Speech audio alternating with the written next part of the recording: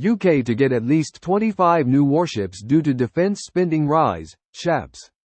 Here's a summary of the article. The Royal Navy will get 25 new warships, and could get 3 more, as the government indicates where its planned rise in defence spending will go. Defence Secretary Grant Shapps told Sky News there are 28 new ships and submarines in the design or construction stage at the moment for the UK's armed forces. The Defence Secretary said that the government is committing to 3 of the new, versatile, ships for the Marines, and then possibly another 3 as well.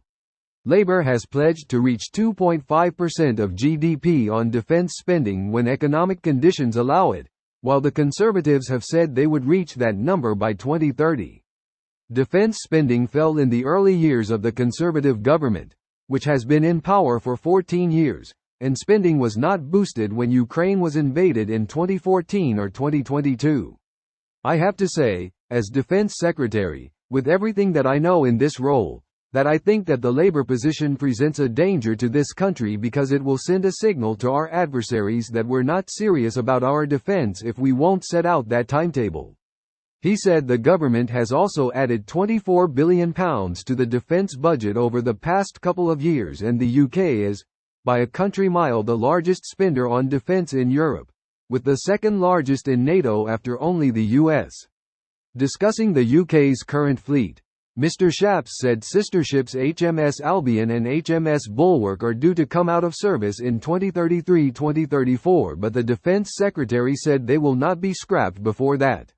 This post received a score of 3,800, with an upvote ratio of 95%. Here are the top comments in response to this article. All of said warships have been being built or have been planned to be built long before Shapps got the defence role. Some were started even before Cameron was in power. Shapps hasn't actually ordered a single new ship or put in the request for a new class. He's just read up on what all his predecessors had been working on and said, look, 25 new ships.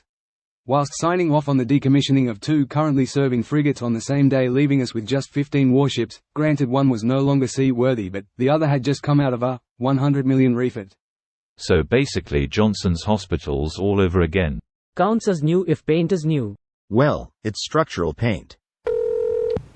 I like that the whole world seems to be gearing up for war. That seems healthy. It's always best to prepare for war with the aim of preventing it than to be woefully unprepared if it breaks out. Si vis pacem, para bellum.